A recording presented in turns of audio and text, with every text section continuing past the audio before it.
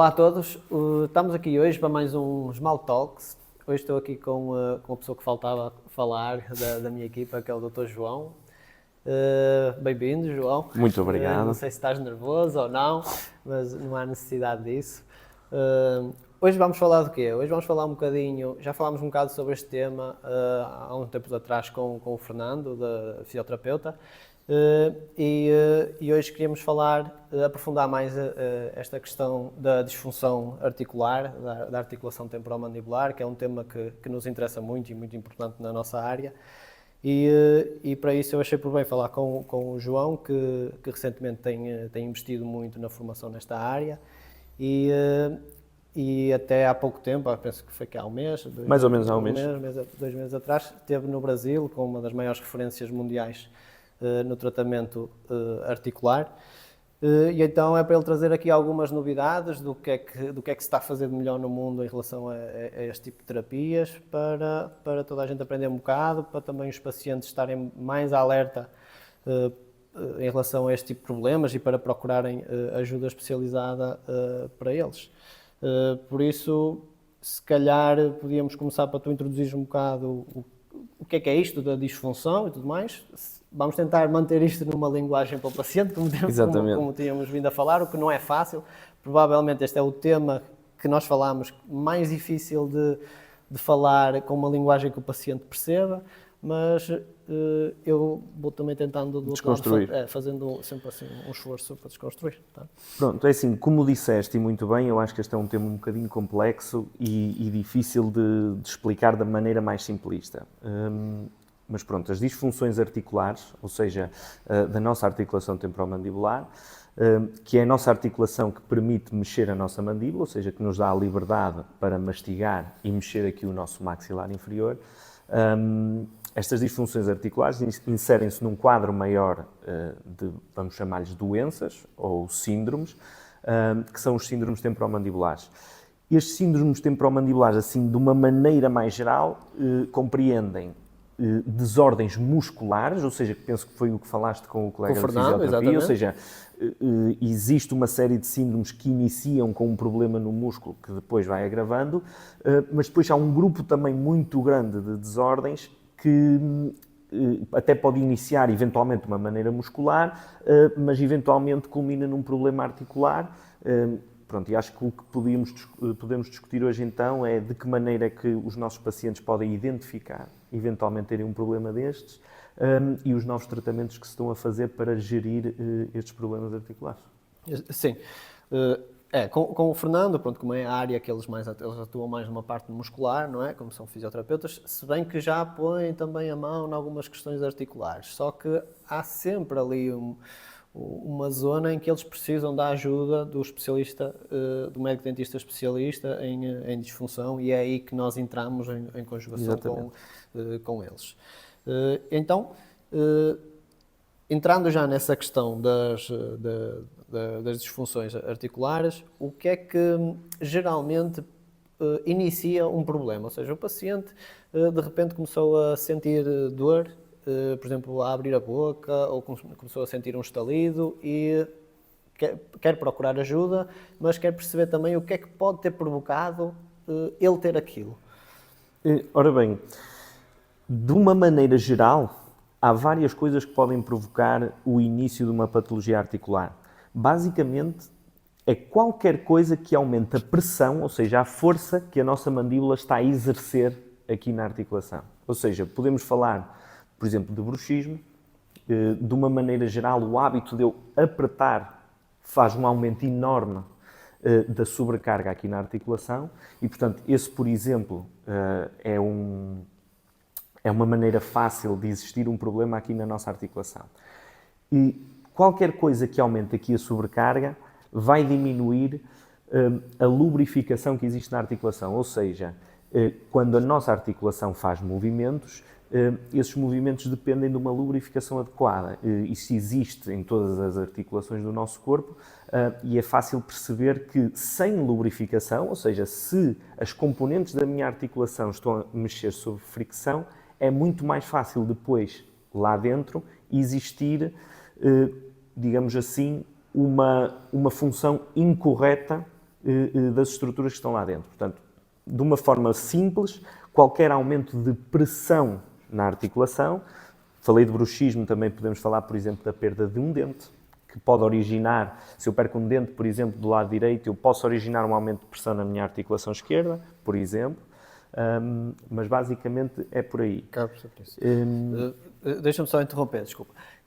Só para conseguir, para desenvolveres mais um bocado nessa questão. Que as pessoas quando ouvem, por exemplo, aquele estalido, não é? Que às vezes ouvem quando abrem, esse estalido diz respeito a uma cartilagem que nós temos que faz a interface entre os dois ossos, não é? Temos o osso do maxilar inferior, não é? Depois temos o osso da cabeça. E entre os dois existe a tal lubrificação, e essa lubrificação, entre outros, é promovida por essa cartilagem também que existe entre os dois. Eu costumo fazer a analogia para o joelho, que é algo que as pessoas estão sempre mais habituadas a falar, como o menisco do joelho. Exatamente isso. Ou seja, tem a cartilagem está entre os dois ossos para os dois ossos não roçarem osso com osso diretamente. Grosso modo, é mais ou menos isto. E lá está, é aquilo que tu dizes, quanto maior for a pressão, maior risco existe de diminuir a lubrificação ou até de essa cartilagem sair fora daquele sítio e fazer com que os dois ossos já não trabalhem sobre essa cartilagem. Exatamente, ou seja, só para completar um bocadinho aí o que disseste, ou seja, esta cartilagem que falaste e muito bem e fizeste a analogia com o menisco, ela impede este contacto entre a nossa mandíbula e entre a base do crânio. Mas há uma diferença muito grande e é isso que leva ao estalido articular, que geralmente é o primeiro sintoma que os nossos pacientes sentem, é o início de uma possível disfunção na articulação. O que acontece é que, ao contrário do menisco, esta cartilagem que nós temos aqui na articulação, que se chama disco, portanto, mas é uma cartilagem como no joelho, ela é móvel. Ou seja, para acompanhar os movimentos da nossa mandíbula, esta cartilagem, ela mexe. Mas quando nós não temos a tal lubrificação que eu estava a dizer, o movimento desta cartilagem pode não se fazer de maneira correta. E então o estalido, que é o primeiro sinal que nós vemos e que os pacientes conseguem identificar facilmente, é o primeiro sinal de que este disco, de que esta cartilagem não está a mexer-se de maneira correta na nossa articulação. Portanto, esse é o primeiro sinal que pode depois desencadear um problema. Ok, então em raciocínio assim do paciente, ele pensa assim, de vez em quando abro a boca ou quando bocejo, ouço um estalido, num dos lados ou nos dois lados. Tenho que procurar ajuda, não tenho dor associada, isto é um problema, não é um problema, qual é o conselho que tu tens para isso? É uma boa pergunta, ou seja, o estalido articular é algo relativamente comum na nossa população em geral. Agora, se isso é um problema ou não, vai depender muito da tolerância individual de cada pessoa. Ou seja, por exemplo, eu tenho um estalido, a minha articulação não está a funcionar de maneira 100% normal, no entanto, a articulação de cada indivíduo tem capacidade de adaptação.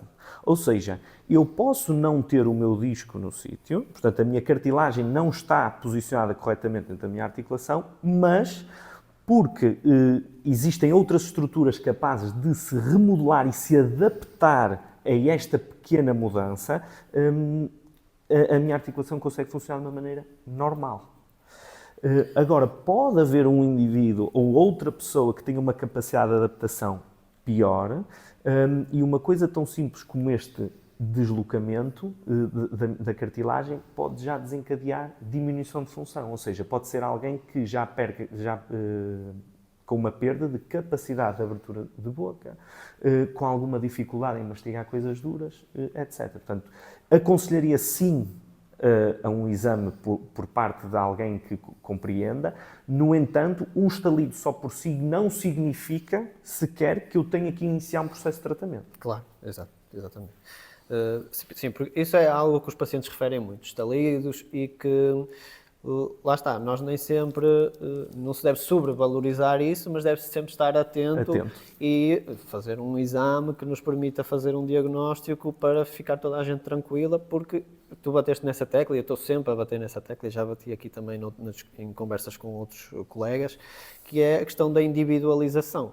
Que é, não se pode generalizar, apesar da maior parte dos pacientes que têm um estalido não terem qualquer problema associado, não quer dizer que todos sejam assim. Então, quem sair fora da curva de normalidade pode realmente ter um problema e pode vir a desenvolver, se calhar, até um problema grave, e por isso é que é preciso individualizar todos os diagnósticos e individualizar todos os tratamentos e não tratar tudo com base em estatísticas e com base em médias, porque vai sempre haver uma percentagem da população que vai sair fora dessa média e que vamos errar e que vai sair prejudicado. Até porque, por exemplo, basta um paciente ter, por exemplo, outros fatores sistémicos associados, e nós temos pacientes que se inserem nesse quadro, por exemplo, doenças inflamatórias sistémicas, por exemplo, artrite reumatoide, se calhar um deslocamento do disco já pode despoltar toda uma série de problemas.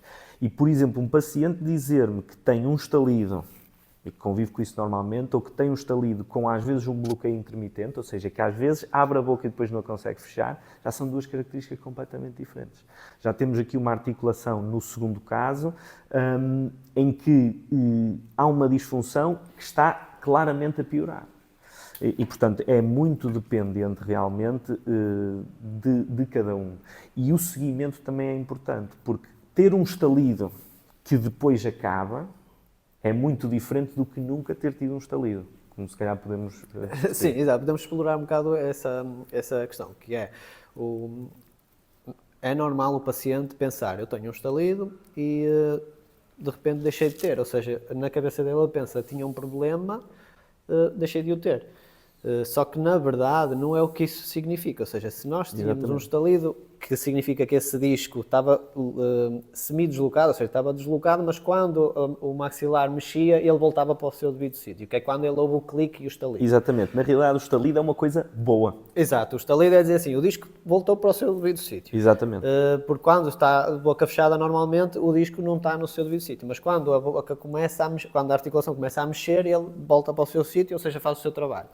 E se de repente deixa de ouvir esse estalido, isso significa que esse disco deixou, de uma vez por todas, de voltar para o seu devido sítio e que se deslocou, ou para a frente ou para trás, mas geralmente é para a frente, se deslocou definitivamente e que não tem e que já não volta para a sua posição. Mais uma vez, entra aquilo que estavas a dizer, não quer dizer que isso seja um problema. Não. Pode ser. Há uma maior probabilidade de ser um problema do que se só tiver o estalido, não é? Mas não quer dizer que seja obrigatoriamente um problema. Mas lá está, entra a parte da capacidade de adaptação individual de cada indivíduo, não é? E aqui eu diria que a passagem de ter um estalido para não ter, ou seja, o deslocamento permanente desta cartilagem, ou seja, só para sintetizar, quando nós perdemos este estalido, é mau sinal, porque agora a cartilagem deslocou-se de maneira permanente e, ao eu mexer a mandíbula, agora tem ali um obstáculo que é essa própria cartilagem que se deslocou. Ou seja, no fundo, o que é que acontece? A minha articulação deixou de ter tanto espaço para operar, para abrir e fechar. E o que acaba por acontecer é que nestes pacientes nós vemos que eles, ao abrir a boca, existe um desvio do queixo para um dos lados. Portanto, isto é algo que as pessoas também poderão identificar também que já não conseguem abrir tanta boca. E a passagem de estalido para a ausência acarreta um aumento de risco enorme, cerca de 4 vezes mais, para ter problemas articulares. Porque essa falta de espaço é perigosíssima para desencadear um processo de artrite. Artrite que, em linguagem do paciente, é um processo inflamatório nessa região, que vai envolver uma remodelação óssea, etc. Exatamente. Etc.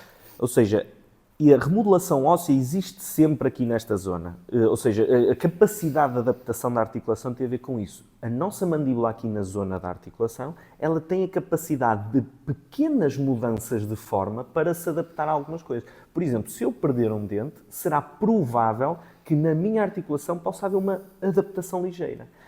A questão é quando essas mudanças ultrapassam esse limiar de adaptação e este deslocamento do nosso disco, da nossa cartilagem de forma permanente, acarreta um risco enorme de ultrapassar esta nossa capacidade de nos adaptar. Ainda mais se depois ainda tiverem outras questões associadas, que é desequilíbrio na forma como os dentes contactam, Exatamente. bruxismo associado, eventualmente um hábito alimentar mais disfuncional ao outro, doenças sistémicas, isso aí vai tudo acrescentando ao bolo de risco, digamos assim, Exatamente. o que faz piorar o prognóstico também. Agora, uma das coisas que é preciso os pacientes estarem alerta e que eu tenho vindo a verificar é que muitas vezes tudo isto que nós estamos a explicar tem episódios de dor muito pouco recorrentes, ou seja, pequenos episódios de dor isolados que o paciente nem sequer valoriza, ou às vezes sem qualquer episódio de dor valorizável pelo paciente até, ou seja, referem que nunca sentiram dor e nem sentem, e quando nós vamos fazer um exame de imagem, um TAC ou uma ressonância, é que encontramos já um problema a acontecer, e isso acaba por ser os casos mais perigosos, porque no fundo a dor que nós sentimos acaba por ser um alerta do nosso corpo para que algo está mal. Exatamente. E a dor faz-nos procurar ajuda. Agora, quando não existe dor associada, as pessoas acham que está tudo bem e realmente não procuram ajuda, e ainda para mais, sendo aqui uma região que não se faz exames de diagnóstico por rotina. Então, muitas vezes, este tipo de problemas e este tipo de patologias são encontrados quando o paciente procura outro tipo de tratamento e que alguém pega e faz um diagnóstico global e vai encontrar este problema. Eu acho que isso é sim um problema, ou seja, ainda para mais, há a componente de ausência de dor, ou seja, nós quando desencadeamos este processo de degeneração da articulação, ou seja, de inflamação na articulação, muitas vezes os pacientes não sentem dor associada. E depois, pelo processo ocorrer de forma muito lenta, ou seja, isto é algo que não vai acontecer de um dia para o outro, é quase como quando nós ganhamos ou perdemos peso de uma maneira muito gradual, ou seja, nós não nos apercebemos daquilo que está a acontecer. E, efetivamente, muitas vezes nós encontramos pacientes que estão a sofrer disto e não se apercebem, não sabem. É importante percebermos que a maneira de nós detectarmos este tipo de patologias é sempre através de exames de imagem. Ou seja, existem dois exames de eleição que nós pedimos lá na clínica. Um deles é o TAC. O TAC vai nos permitir ver se a parte dura da articulação, ou seja, os ossos que intervêm aqui neste movimento, estão saudáveis ou não. E depois a ressonância magnética, que nos vai mostrar a posição daquela cartilagem que nós temos falado, do disco, se ele está bem ou mal posicionado, e também nos permite saber se existe líquido inflamatório dentro da articulação, que é um dos achados na ressonância que mais se correlaciona com os pacientes que sentem dor. Pois, ok, exato. Ou seja, quando existe inflamação visível na ressonância, tipicamente estes pacientes têm dor. E depois é a partir da ressonância que se define o tipo de terapia que vai acontecer também, exatamente, dependendo do que exatamente. se encontra. Esta parte acho que é um bocadinho difícil de transmitir de maneira simplista, mas de acordo com os achados, nós temos diferentes caminhos para estabilizar esta... Eu costumo explicar, e falei agora nisto aqui, porque eu costumo explicar ao paciente que ele às vezes, ou quase sempre, como descobrimos, é através do TAC. Porque, por exemplo, quando eu faço tratamentos ortodônticos e estou a estudar o caso, eu peço sempre um TAC à cabeça toda e permite-me ver também essas estruturas. Exatamente. Então, quando eu deteto esses problemas, eu detetei através do TAC. Mas a seguir eu preciso de outra imagem, ou seja, de outro exame, que é a ressonância magnética, para definir o plano de tratamento para estabilizar aquele problema articular. E às vezes o paciente não percebe isso, do género, já fui fazer um exame e agora preciso de outro exame. Então é mais nesse sentido, que é, ok, nós sabemos qual tem o problema, mas agora para definirmos o que é que vamos utilizar para resolver o problema, nós precisamos temos de ter outro exame. De outro exame obrigatoriamente. E é uma pena porque a ressonância ainda é um exame bastante caro. Não está democratizado de todo. E é um exame que traz muita informação e nestes casos é imprescindível, para outras situações também. Mas infelizmente ainda é um exame muito pouco acessível e lá está, e às vezes nós precisamos fazer um no início, depois outro para ver a progressão, precisamos fazer vários ao longo do tratamento muitas vezes temos algumas limitações financeiras por parte do paciente, o que nos limita também na abordagem que nós podemos ter ou na segurança que podemos ter ao longo desse tratamento dele.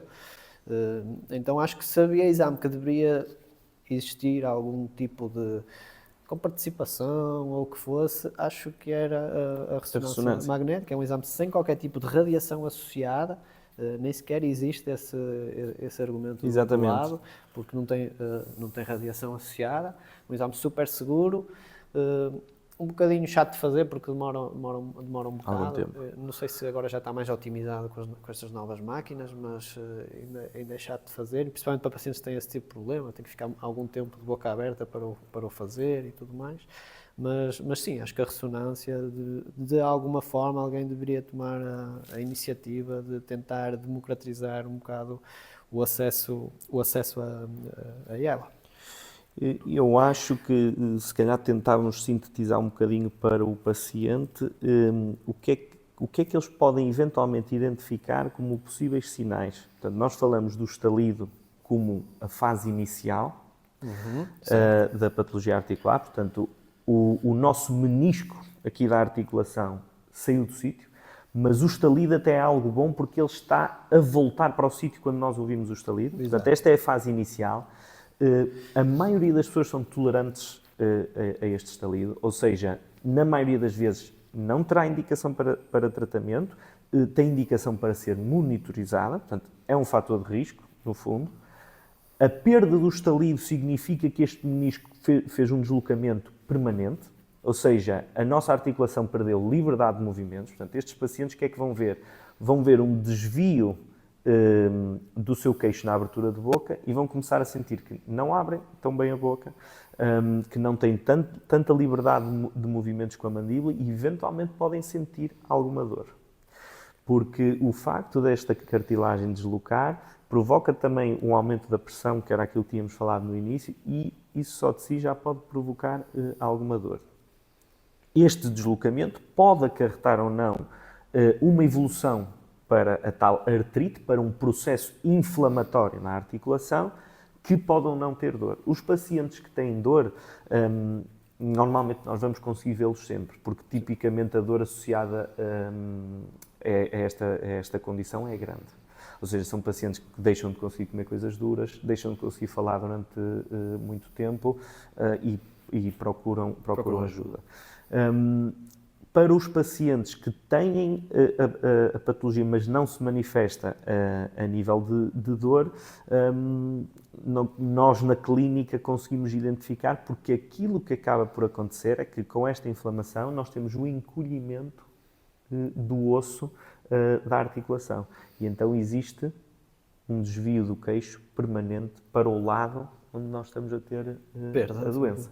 Portanto, estes são os sinais mais ou menos aí já é um sinal grave, ou seja, aí já é uma doença com alguma progressão de algum tempo, não é? E já estamos a entrar aí num campo de gravidade bastante maior. Mas sim, e ainda há bocado estávamos a falar, ainda esta semana vimos um caso desse género, que um paciente que nunca teve dor associada e que hoje em dia o queixo dela já desviou de tal forma e ela nem sequer tinha reparado que tinha o queixo assimétrico. Foi aquilo que falamos de ser lento. Exatamente, foi acontecendo e hoje em dia o caso dessa paciente já é cirúrgico desse ponto de vista, porque a mandíbula já desviou de tal maneira que nós, para organizarmos os dentes dessa pessoa de forma equilibrada, a mandíbula tem que ser centrada de forma cirúrgica. Exatamente. Ou seja, é um caso que já elevou de complexidade só por aí.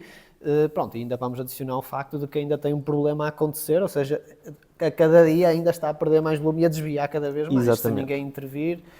Neste caso estamos a falar de alguém muito, muito jovem, na casa dos 20 e poucos, ou seja, alguém que corre um risco enorme de até ao final da sua vida poder ter que levar uma prótese de quando... Para fazer a função da articulação. Exatamente. De mexer.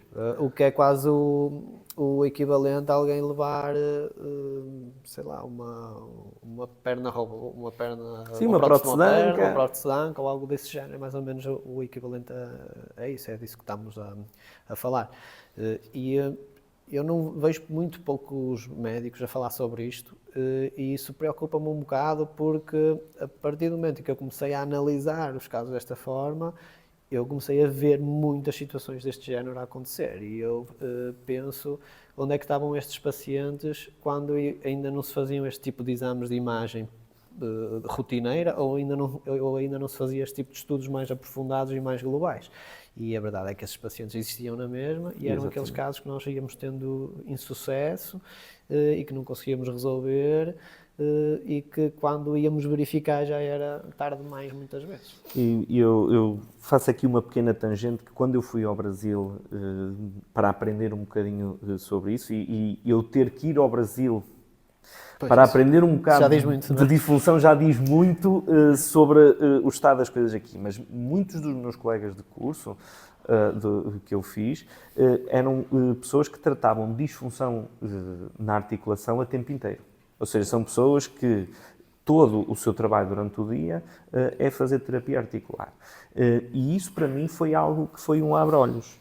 Ou seja, se existem pacientes que preenchem o critério deste tratamento para haver tantos profissionais que fazem estes tratamentos, o que me diz é que aqui, onde nós fazemos isso de uma maneira relativamente incomum, está a haver um subdiagnóstico destas doenças enorme. Sim, eu disso não tenho qualquer dúvida.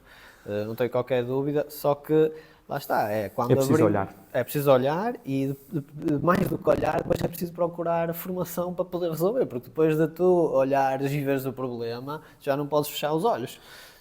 Eu tenho um amigo meu que diz assim, na ignorância Deus protege, mas no conhecimento ele já não protege mais. Exatamente.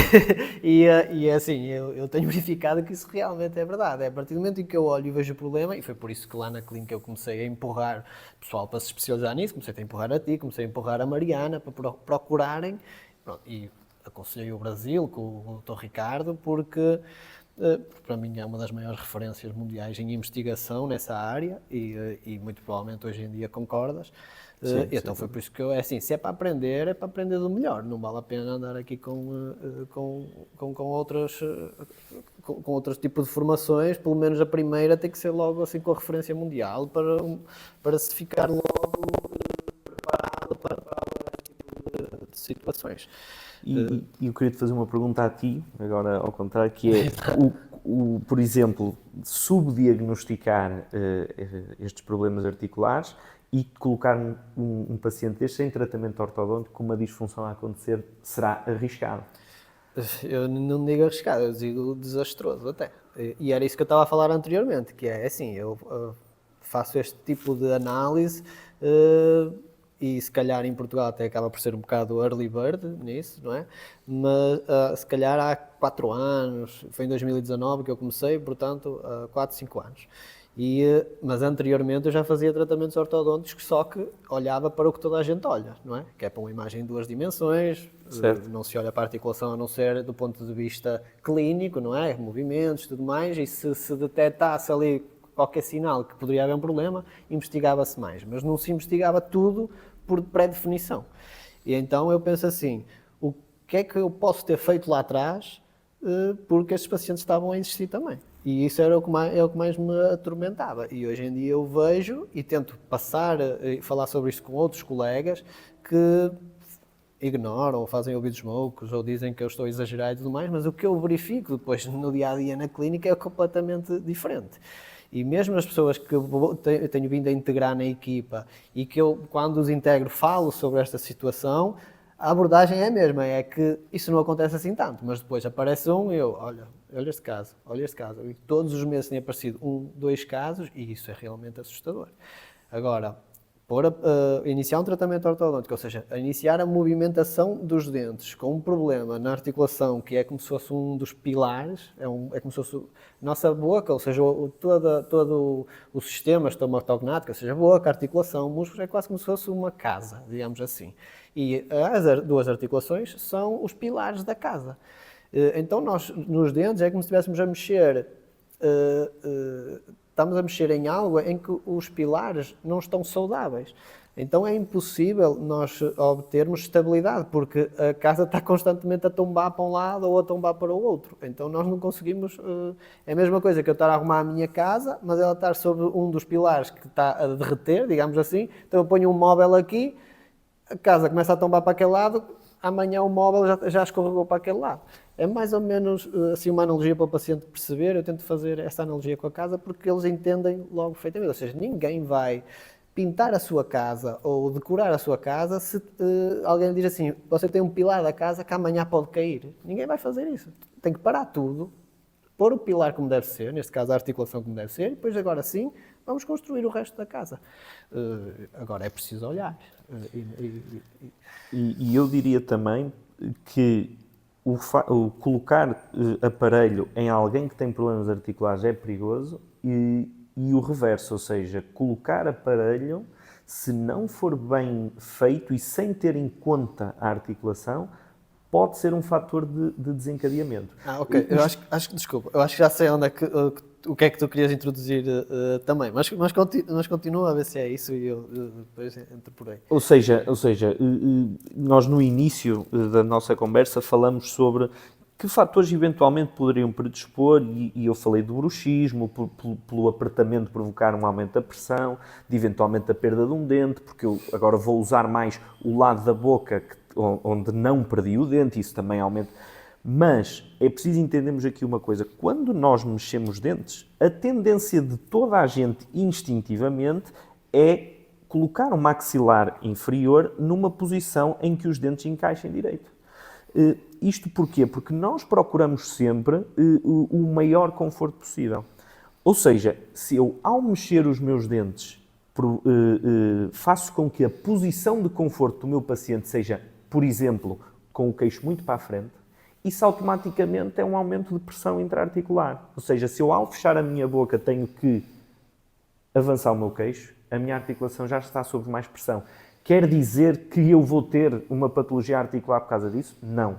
É um aumento de risco e vai de encontro àquilo que falamos da capacidade de adaptação de cada um, sem dúvida. Sim, é exato. Acho que estavas a entrar naquilo que eu depois me apercebi que tu querias entrar. Eu estava a entrar em algo mais básico. Ou seja, há casos em que eu vejo benefício em entrar com ortodontia, mesmo que o paciente esteja ainda com um problema articular. Porque a ortodontia vai, no meu ponto de vista, ajudar no tratamento desse problema articular. Óbvio que tem que estar a ser tratado de outro ponto de vista também, ok? E podemos falar disso a seguir, da lavagem. Exatamente, das terapias, das diferentes terapias. Bom, já vamos falar sobre isso também. Mas, em conjunto e num primeiro momento, há casos específicos que pode ser benéfico entrar com ortodontia também numa primeira instância. Porquê? Porque se os nossos dentes têm que bater todos ao mesmo tempo. Quando nós fechamos a boca, o ideal é os nossos dentes baterem todos de forma uniforme, ok? Que é para distribuir a pressão na nossa boca. Isso alivia a pressão na articulação. Se só alguns batem, pronto, e há desalinhamentos dentários que podem provocar isso, ou seja, há pessoas que têm aquilo que nós chamamos de uma mordida aberta em que só batem os dentes de trás. Há pessoas que têm perda de alguns dentes em que só batem os dentes de um lado. Então, o facto de não haver essa uniformização de contactos quando nós fechamos a boca é também um fator de sobrecarga da articulação. Então, há algumas conformações que o entrar com o aparelho num dos maxilares, logo num primeiro momento, e remover esses dentes que estão a bater mais do que outros e que estão a provocar essa interferência e essa sobrecarga, acaba por ser benéfico e ajudar a aliviar aquela tensão na articulação. Porque isso acaba por ser feito num primeiro momento com uma goteira, não é? A goteira, que os pacientes associam sempre à goteira que vai dormir com ela e tudo mais, é exatamente isso que faz, dá contactos uniformes quando ele trinca, ou seja, o paciente trinca e os dentes batem todos ao mesmo tempo, porque a goteira é construída de acordo com aquele desalinhamento que aquele paciente possa ter. Então, constrói-se a goteira de uma forma, de maneira que ele trinca e estão todos a bater ao mesmo tempo e isso alivia a tensão aqui, ok? E muitas vezes até a goteira por si só já é um fator de alívio tal que pode até fazer com que a articulação já estabilize, cicatrize e o problema resolveu ali. Agora, a questão é que a goteira é algo que o paciente não pode... É socialmente impossível utilizar uma goteira a toda a hora. Exatamente. Então a goteira é uma muleta que aquele paciente usa, como da mesma forma que uma pessoa que tem um problema numa perna pode usar uma muleta para andar durante um período de tempo. Exatamente. Pronto. Mas a dada altura, chegou o momento de aquele paciente dizer assim, eu quero me ver livre da muleta, eu quero andar sozinho. E aquele paciente diz a mesma coisa, eu quero me ver livre da goteira porque eu quero andar com a minha boca livre, mastigar normalmente e tudo mais, sem dor e que este problema não volte. E então é aí que tem que se iniciar outro tipo de terapias para estabilizar. E uma delas é colocar os dentes na sua devida posição para os dentes, eles próprios, darem os contactos Exatamente. que devem dar. Eu acho que nós falamos uma vez sobre isto e até os dentes fazerem como uma goteira natural. É isso, exatamente. No fundo é isso. É isso. Agora, e tu sabes disso, isto é altamente complexo de fazer com um aparelho dentário. Pronto. É altamente complexo e antigamente era impossível até em alguns casos, porque não existiam ferramentas para fazer algumas movimentações que eram necessárias para atingir isso. Hoje em dia já é possível, mas mesmo com essas ferramentas é preciso uma experiência e uma sensibilidade de movimentação dos dentes e de ajuste do aparelho que não está ao alcance de todos e que tem uma curva de aprendizagem enorme. Então eu acho, e tu estavas a dizer isso antes de nós ligarmos as câmaras, que lá no Brasil, o Dr. Ricardo Teche, que não concordava a 100% que a ortodontia pudesse vir a finalizar, digamos assim, estes casos e a deixar o paciente livre da muleta. Eu acho que essa afirmação é porque ele generaliza, ou seja, ele não pensa assim, é possível, não é, acho que o raciocínio não quer dizer que não seja possível, quer dizer é que é altamente difícil, está ao alcance de muito poucos ortodontistas no mundo. Pronto, eu conheço um, felizmente, mas é mesmo muito difícil, ok? E é por isso talvez que ele não quer generalizar, porque se do ponto de vista articular, tu tratas a articulação, estabilizas e tudo mais, e a seguir dizes assim, agora vá um ortodontista qualquer, a probabilidade desse ortodontista voltar a acionar aquele problema é gigantesca, provavelmente acima de 90%. Temos que ser sinceros nesse aspecto. Hoje em dia o mercado ainda não está preparado para qualquer ortodontista pegar neste tipo de casos que são altamente sensíveis. Então, de uma forma a proteger o paciente, prefere-se mantê-lo com a muleta para salvaguardar a saúde dele. Eu acho que é dentro disso. Okay? Relativamente à goteira, queria só acrescentar uma coisa. No caso de um paciente que tem um problema articular, a indicação é para usar a goteira 24 horas por dia. Ou seja, enquanto que, por exemplo, quando nós temos bruxismo noturno, nós usamos a goteira à noite e até pode ser que seja algo confortável para nós. Tudo bem, colocamos a goteira à noite, acordamos lá. Agora, na patologia articular, a indicação é usar a goteira 24 horas por dia. Durante quanto tempo é que um paciente consegue aguentar utilizar uma goteira constantemente? Qual é a percentagem de pessoas que não dependem da sua voz para executar o seu trabalho, por exemplo? E, portanto, quer dizer, isso não me parece uma solução sequer a médio prazo. Sim. Essa é aqui a questão. E, portanto, nos casos onde, para diminuir a sobrecarga articular, nós necessitamos dos contactos corretos, parece-me que a ortodontia... Porque, senão, se a ortodontia não é uma possível solução, então porquê é que as goteiras conseguem estabilizar? Porque, no fundo, o que a goteira faz é dar-nos os contactos ideais. Sim, exatamente. É isso, sim. Só que os contactos ideais são realmente difíceis de alcançar. Isso não há questão, isso já percebemos. E depois existe outro fator, que é, muitos destes casos, não tem também, que é para adicionar ainda mais à complexidade, não tem a parte óssea, ou seja, o maxilar inferior em termos ósseos e o superior não são compatíveis em termos de tamanho, seja de largura, seja de comprimento. Então, isso é mais uma questão que, às vezes, para além da ortodontia tem que entrar a ortodontia, cirurgia ortognática para pôr a base óssea com o seu devido tamanho e compatível com o oponente. E alguém para estabilizar a articulação no início. E alguém para estabilizar a articulação em simultâneo e geralmente é no início, antes de ser operado, a seguir a ser operado e depois para ir seguindo sempre. Ou seja, estamos a falar aqui que não é preciso um profissional que domine a área, é preciso toda uma equipa que esteja toda entrelaçada e toda sintonizada na mesma frequência e com a mesma, com o mesmo tipo de expertise mindset.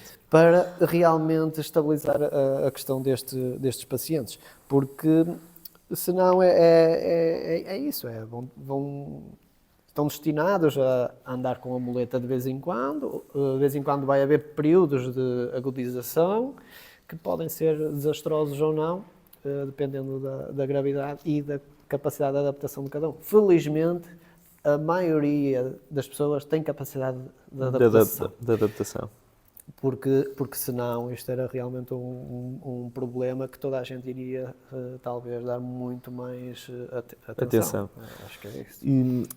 E é importante, a nível de números, dizer o seguinte: quando nós temos a tal patologia inflamatória que nós falamos, que é a última consequência de uma patologia articular que não vai sendo gerida,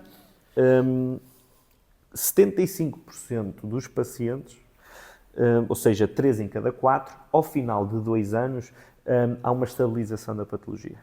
Isso é algo que já está... Sem fazer nada? Com tratamento conservador. Okay. Ou seja, quando eu falo de tratamento conservador, e digo isto porque muitas vezes nós tocamos no facto destes pacientes não terem dor. E eu também consigo pôr-me do lado de um paciente que não tem um problema que percepcione.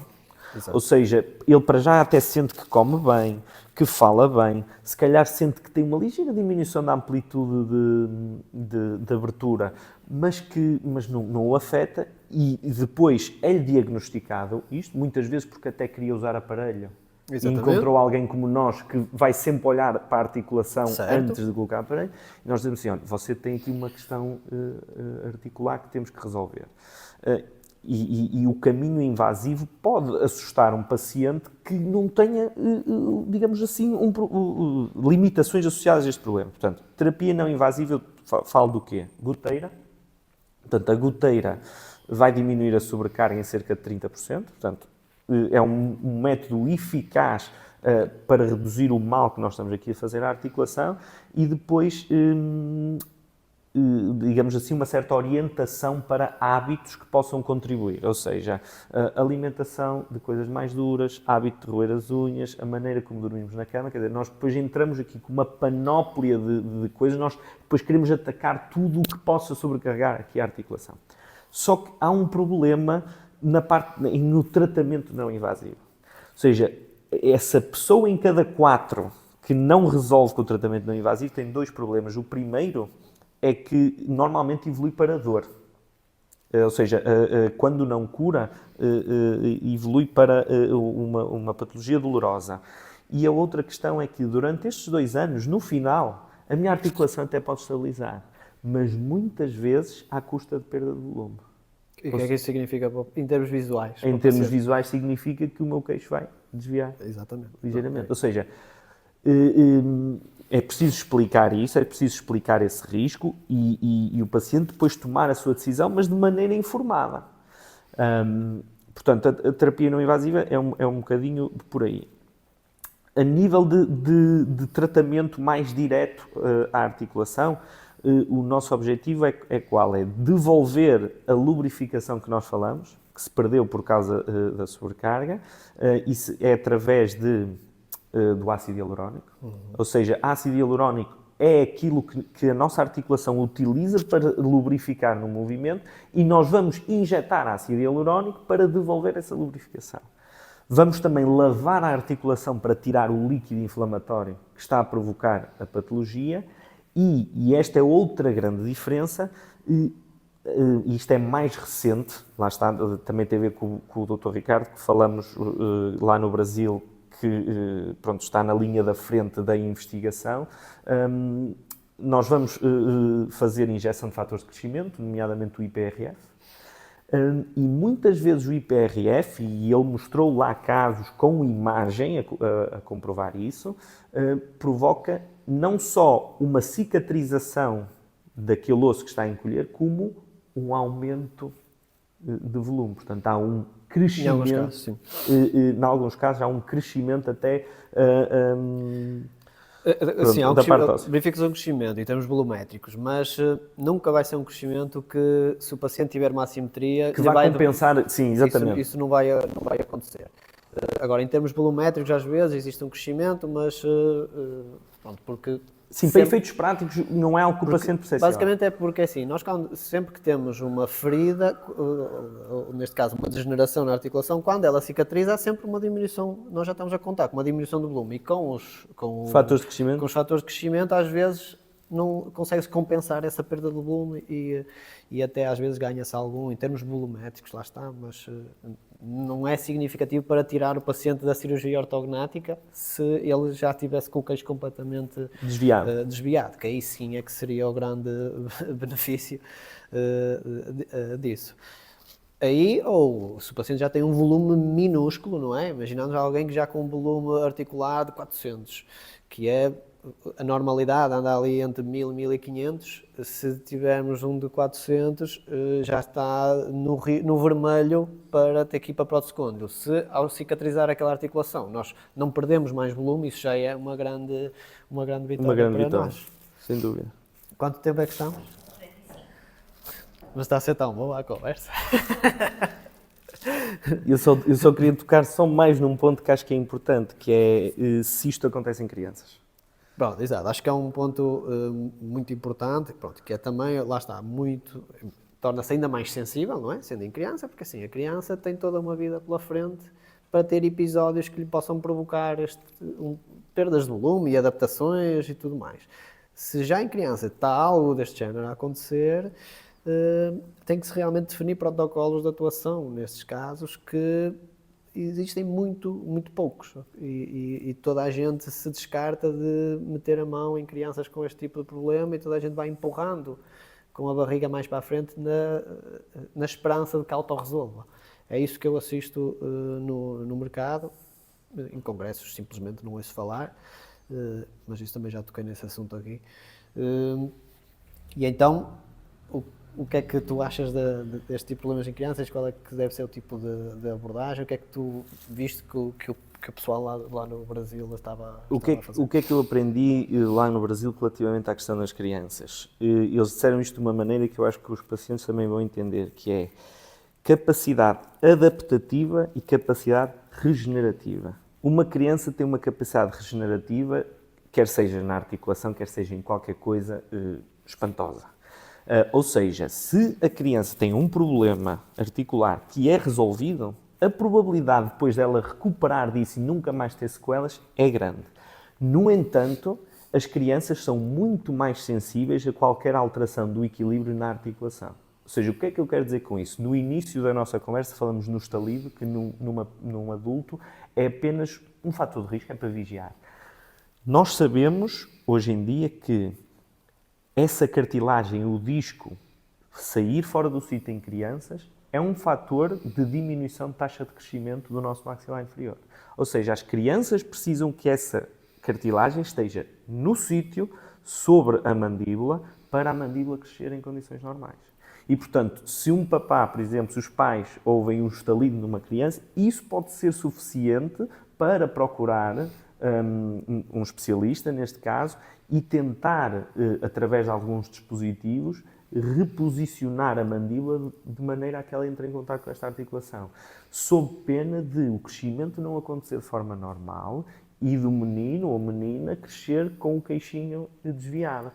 Porque nós temos, imaginando que o problema ocorre só numa articulação, nós temos uma articulação que vai crescer normalmente e no caso da articulação com déficit não há crescimento e, portanto, a tendência é para crescer com o queixinho desviado.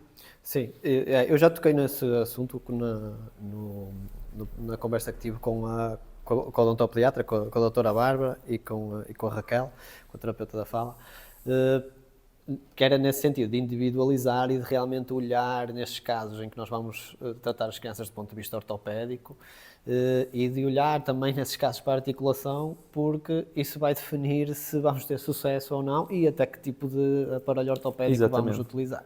Porque o que eu vejo o pessoal a utilizar hoje em dia é aparelhos com saltos enormes, tipo, alguns chamam-se Twin Block, que basicamente é um aparelho que o paciente, ao fechar, acaba por ser obrigado a fechar mais à frente, mas de uma maneira brusca, digamos assim.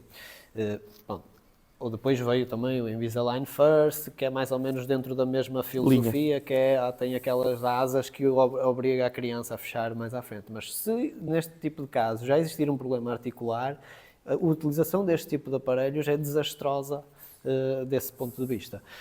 Então lá está, é mais um fator tudo tem que ser analisado para se poder tomar uma decisão, porque basta haver uma falha de informação para nós podermos provocar um problema ainda pior àquela criança que os pais procuraram-nos para nós arranjarmos uma solução. E em vez de uma solução estamos a agravar um problema. Então é por isso que eu estou sempre a bater na mesma tecla, que é de se perder tempo antes de se iniciar os tratamentos, com o máximo de informação possível, o máximo de transparência possível com os pais, neste caso, porque os nossos pacientes merecem, e principalmente as crianças,